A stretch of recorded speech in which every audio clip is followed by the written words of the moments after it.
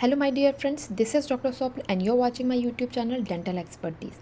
And I'm here again with previous year question answer and their explanation. And these questions are very important for the exam point of view.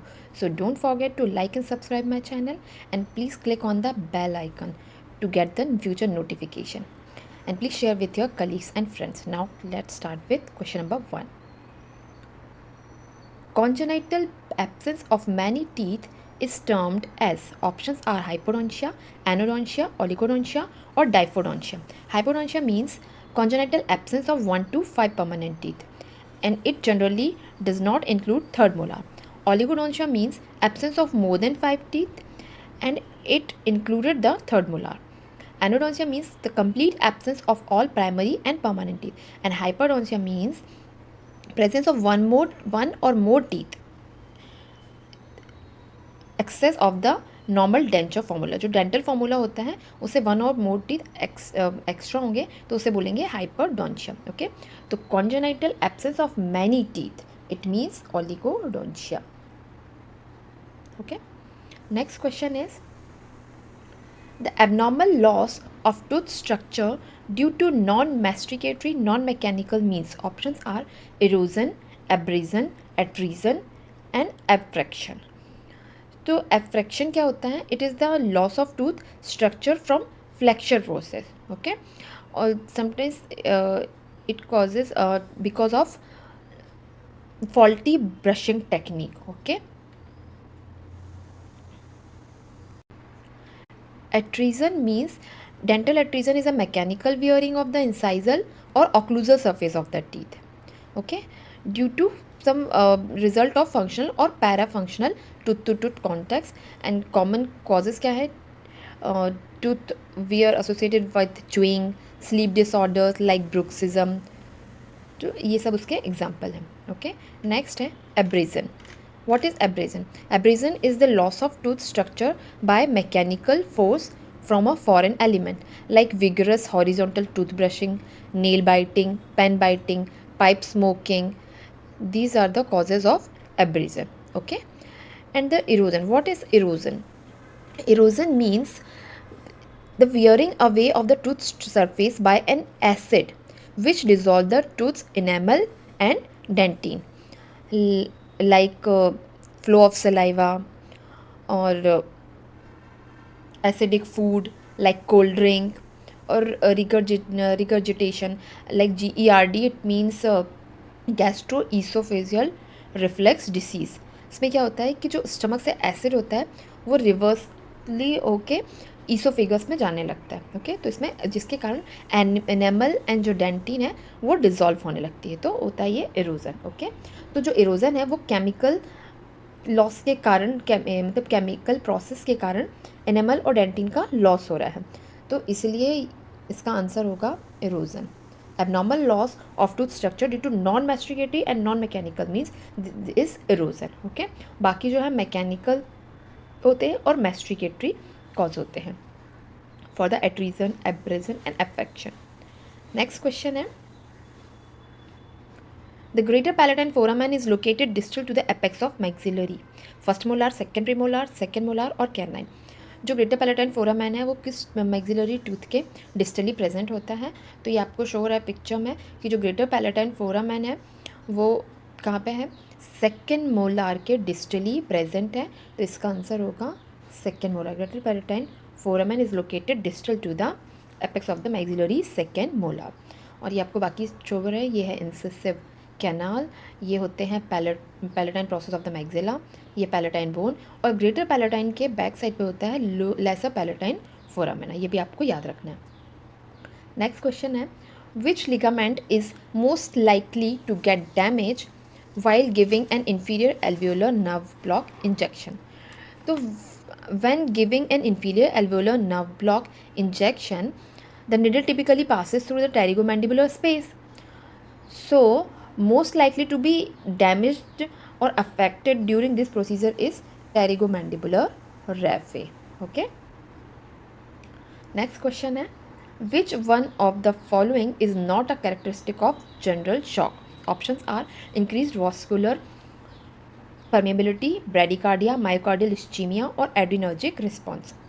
तो जो general shock होता है इसमें क्या क्या हो जाता है, वॉस्कुलर परमेबिलिटी जो है वो इंक्रीज़ हो जाती है। इट मीन्स कि जो नॉर्मल कंडीशन होती है उसमें जो ब्लड वेसल्स की वॉल होती है वो एक्ट करती है as a barrier to prevent the leakage of fluid and protein from the blood into the surrounding tissue. Okay, लेकिन जब ये परमेबिलिटी जो है वो इंक्रीज़ हो जाती है तो this leads to fluid leakage from blood vessels into the surrounding tissue and decrease the blood volume and hypotension. Okay, and myocardial ischaemia भी हो जाता है जनरल शॉक में। इसमें क्या होता है, इनएडिक्वेट ब्लड फ्लो हो जाता है to the heart muscle and it leads to myocardial ischaemia and it compromise the cardiac function.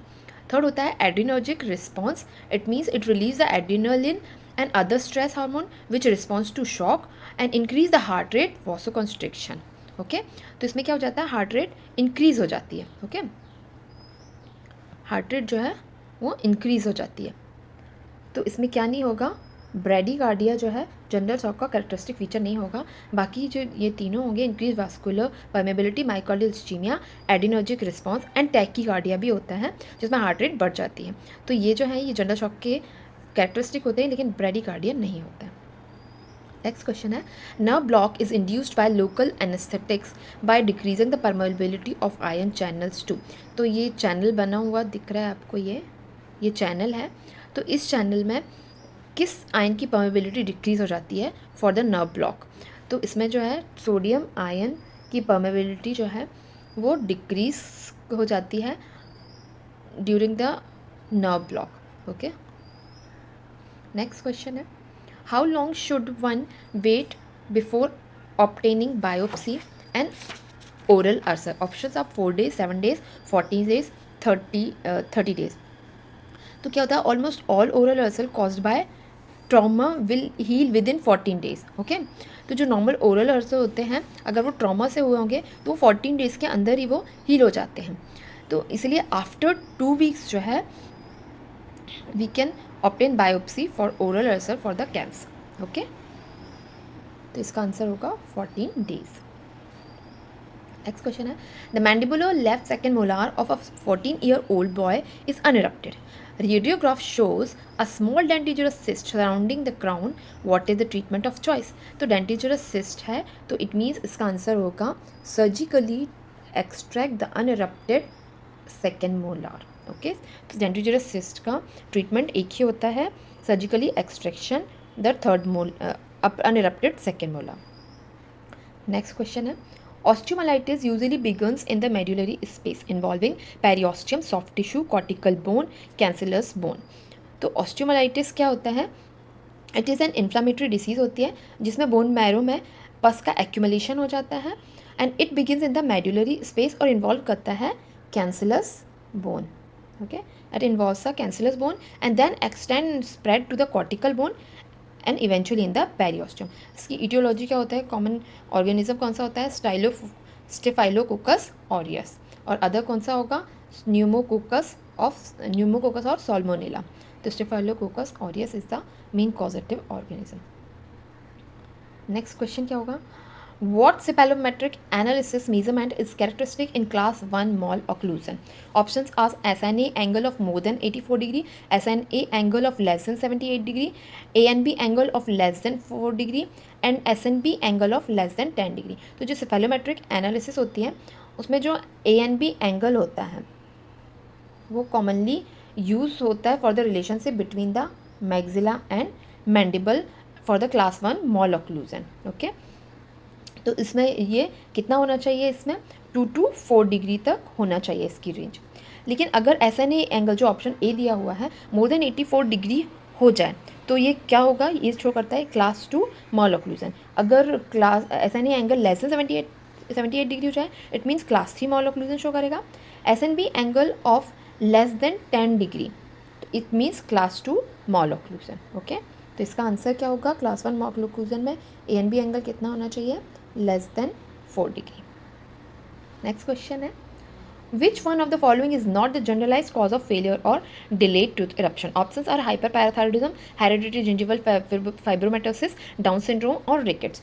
तो causes होते हैं delayed eruption के, एक तो generalized होते हैं और localized होते हैं। तो generalized में होता है hereditary gingival fibromatosis, Down syndrome, cleidocranial dysplasia, cleft lip and palate and rickets. और लोकलाइज में होते हैं congenital absence, crowding, delayed exfoliation of primary process, supernumerary teeth, dilaceration, abnormal position of cyst और प्राइमरी फेलियर ऑफ इरप्शन। तो जो generalise cause पूछा क्या है, तो इसमें ये तीनों दिए हुए हैं, hereditary gingival fibromatosis, Down syndrome and rickets. सिर्फ एक नहीं है, हाइपर पैराथायरॉयडिज्म। तो it is not the generalise cause of failure और delayed tooth eruption. Next question है, which of the following is not a functional appliance? Options are Frankel, quad helix, Clark's twin block और Herbst. तो जो Frankel, Clark's twin block and Herbst, ये जो है, ये तीनों जो है Frankel, Clark's twin block and hubs जो हैं, ये तीनों फंक्शनल अप्लायंस होते हैं जो कि ऑर्थोडोंटिक ट्रीटमेंट में यूज़ होते हैं। और क्वाड हेलिक्स जो है, it is not a functional appliance, it is a fixed orthodontic appliance which is use for the expansion of the maxillary arch. तो क्वाड हेलिक्स किसके लिए यूज़ होता है? एक तो ये फिक्स्ड ऑर्थोडोंटिक अप्लायंस है और यूज़ होता है expansion of the maxillary arch के लिए। फ्रैंकल अप्लायंस जो है वो फंक्शनल अप्लायंस है जो ट्रीटमेंट करता है किसके लिए? क्लास 2 मॉलोक्लूजन में। क्लार्क ट्विन ब्लॉक जो है फंक्शनल अप्लायंस है जो क्लास 2 मॉलोक्लूजन को करेक्ट करने के लिए यूज़ होता है। इसमें it encourage the proper jaw position. और हर्ब्स जो है ये भी क्लास 2 मॉलोक्लूजन करेक्ट करने के लिए यूज़ होता है, ये फंक्शनल अप्लायंस है। ये इंक्रीज करता है forward movement of the mandible. Okay, तो सिर्फ एक्सेप्शन कौन सा है? क्वाड हेलिक्स जो कि फिक्स्ड ऑर्थोडोंटिक अप्लायंस है, यूज होता है for the expansion of the maxillary arch and it is not a functional appliance. Next question है, a headgear appliance is used for, options are anchorage, traction, both anchorage and traction, neither anchorage or not or traction। तो headgear जो है ये orthopaedic और orthopaedic होता है, orthopaedic appliance होता है। It is use for the anchorage और ये क्या कराता है, किस में यूज़ करते हैं अपन? Distalisation of maxillary first molar to correct the molar relationships. Okay, and space management and regaining space कराता है, intrusion of molars and incisors कराता है, एक्सपेंशन और कंस्ट्रक्शन ऑफ आर्च कराता है, अपराइटिंग ऑफ मोलार्स। तो headgear appliance is used for the anchorage. Anchorage means it is a method of controlling unwanted tooth movement. Next question है, which of the following material is not used for the arch wire? Options are stainless steel, beta titanium, nickel titanium और विटेलियम। तो जो material है based on the composition जो orthodontic treatment के लिए arch wire में use होते हैं वो है gold, stainless steel, elgiloy, nickel titanium, titanium alloy, timolium and titanium niobium. Okay, तो कौन सा नहीं होता इसमें? वाइटेलियम is not used for the arch wire. Okay, और according to the diameter round, rectangle, square and multi standard जो है wire के टाइप्स होते हैं। सॉरी नेक्स्ट है, which condition is appropriately treated at an early stage? Options are posterior crossbite with a functional shift, deviated midline in the absence of functional shift, mild crowding of lower permanent incisor and 2 deciduous molar in crossbite। तो जो appropriately treated होना चाहिए in early stage में, तो उसका answer है posterior crossbite with functional shift. तो posterior crossbite with functional shift involve the abnormal relationship between the upper and lower jaw and it lead to asymptomatic bite। तो इसलिए इसे जल्दी से often recommended to early intervention is recommended to guide the proper development of the jaw and prevent the further skeletal discrepancies. Okay, the posterior crossbite with a functional shift is appropriately treated at an early stage. Okay, next question है, a poor man's cephalometric analysis is performed by a, options are dental cast analysis, facial profile analysis, photographic analysis और full face analysis. तो इसका answer है facial profile analysis. तो facial profile plays an important role in the treatment plan for the it shows the anterior posterior position of the jaw, lip posture, lip prominence, vertical face proportion and mandibular plane angle. तो इसे कहते हैं poor man cephalometric analysis. Okay, तो ये facial profile analysis होती है क्योंकि इसमें सारी एनालिसिस की जाती है, anterior posterior position of the jaw, lip posture, lip prominence, vertical facial position and mandibular plane angle. Next question है, Which of the following would provide the most valuable information to the orthodontist in predicting the time of pubertal growth spurt? Options are a wrist hand radiograph, height weight table, presence of secondary sexual characteristic, stage of dental development. तो इसका answer है अ wrist hand radiograph. Okay, it provide the most valuable information to the orthodontist in predicting the time of the pubertal growth spurts. Okay, next question है, during a serial extraction case which teeth are not typically removed? Options are primary canine, primary first molars, first premolar और primary second molar. तो according to Dewel's method 3 steps serial extraction procedure होती है. First deciduous canine are extracted, deciduous first molar extracted and then erupting first premolar. तो इसमें क्या होता है कि सबसे पहले एक्चुअली क्या किया जाता है, इंसाइजर का मिक्स डेंटिशन में इंसाइजर का अलाइनमेंट, करेक्ट अलाइनमेंट के लिए extraction of primary canine and primary first molar are extracted किए जाते हैं. Then to encourage the eruption of the first premolar, then first premolar are extracted on eruption to relieve the crowding of the permanent canine. Okay, तो किसका extraction नहीं किया जाता है? Primary second molar का. ओके, सबसे पहले होंगे कैनाइन, प्राइमरी कैनाइन एक्सट्रैक्ट होंगे किसके लिए? To improve the incisor alignment. Then extract होंगे primary first molar, then extracted to encourage the eruption of the first premolar, then first premolar are extracted to relieve the crowding on the permanent canine. Okay, next question है, once bone formed it grows by. okay, options भी ऊपर ही दे दिया. it grows by interstitial growth only, oppositional growth only, both oppositional and interstitial growth, degenerative changes into bony structure. तो ये आपको options जो है वो ऑलरेडी क्वेश्चन में लिखा गया है. तो ये यहाँ इट ग्रोज बाय यहाँ तक ही क्वेश्चन है, ये क्वेश्चन नहीं है. ओके, तो इसका आंसर है once bone is formed it grows by both appositional and interstitial growth. का क्या आंसर होगा? Both growths involve, bone growth involves both appositional growth and the interstitial growth. तो जो अपोजिशनल ग्रोथ होती है वो एडिशन न्यू बोन करती है tissue on the surface. It means it increases the thickness and remodelling of the all bones by the osteoblast and osteoclast on the bone surface.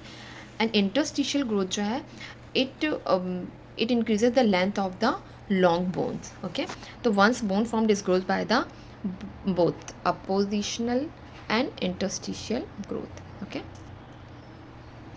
next question है, in which reason the bone deposition is responsible for the lengthening of the maxillary arch? Options are palate, tuberosity, incisors or zygomatic. तो bone deposition occur along the posterior margin of the maxillary tuberosity and this causes the lengthening of the maxillary arch and enlargement of anterior posterior dimension of the entire maxillary body. Okay, and this helps to accommodate the erupting molars.